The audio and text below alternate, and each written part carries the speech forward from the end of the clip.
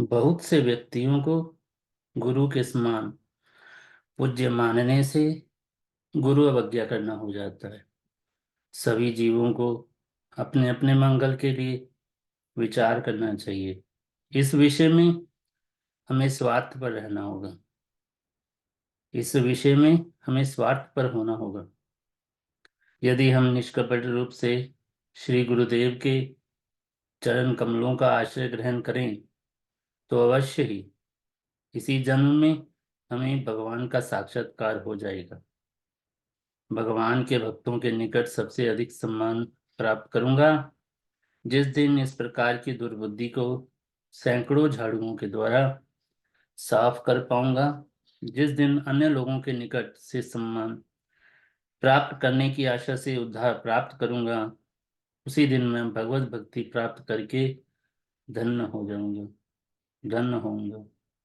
एकमात्र कृष्ण नाम कीर्तन के द्वारा ही मन को स्थिर किया जा सकता है।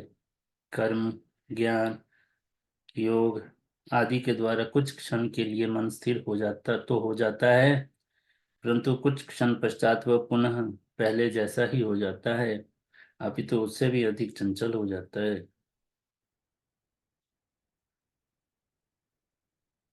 प्रश्न, किसका संग करणीय है? हमारे गुरुवर्ग कर्म और ज्ञान को ठग का धर्म कहते हैं, इसलिए कर्म के पथ और ज्ञान के पथ का परित्याग कर भक्ति का पथ ही हमारा एकमात्र अनुसरणीय पथ है। जो लोग उसी पथ के पथिक हैं, उन भक्तों का संग ही हमारे लिए आवश्यक है। अपने से श्रेष्ठ भक्त का संग ही करनी है। चैतन्य के मनोभीष्ट संस्थापक श्री रूप गोस्वामी, चैतन्य के मनोभीष्ट संस्थापक श्री रूप की चरण धूलि चरण धूल ही हमारी एकमात्र आकांक्षा की वस्तु है। भक्त संग द्वारा ही भक्ति होती है। कर्मी, ज्ञानी और योगी ये सभी अभक्त एवं स्व पर वंचक हैं, इसलिए इनका संग परित्यज्य है।